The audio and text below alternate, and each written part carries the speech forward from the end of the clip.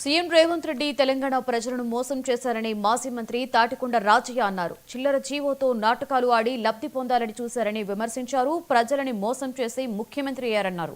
ప్రభుత్వ పరంగా కాకపోతే పార్టీ పరంగా బీసీలకు 42% రిజర్వేషన్లు ఇచ్చి స్థానిక సంస్థల ఎన్నికలలో గెలుపొందాలని కుట్ర చేశారన్నారు.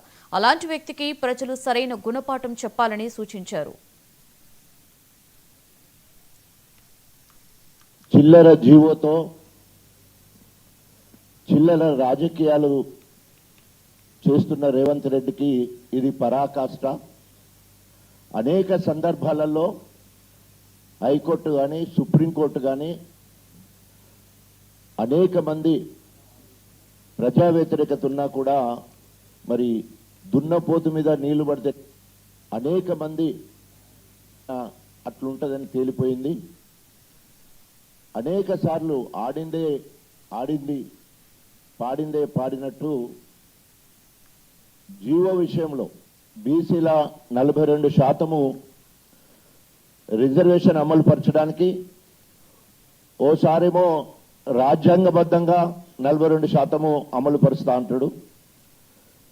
రెండవది పార్టీ పరంగానైనా నేను 42% ఇస్తా అంటాడు. మూడోసారి ఆర్డినెన్స్ ద్వారా 42% అంటాడు. నాలుగోసారి బిల్ ద్వారా అంటాడు, బిల్లు తీసుకొస్తా అంటాడు. ఐదోసారి మొన్న జీవో ద్వారా 42% అమలు పరుస్తానని చెప్పేసి పూటకో మాట మాట్లాడుతూ ఈరోజు తెలంగాణలో కాదు యావత్ భారతదేశం మొత్తంలో కూడా ఒక జోకర్ ముఖ్యమంత్రి ఎవరంటే, ఒక చిల్లర ముఖ్యమంత్రి ఎవరంటే, ఒక సైకో ముఖ్యమంత్రి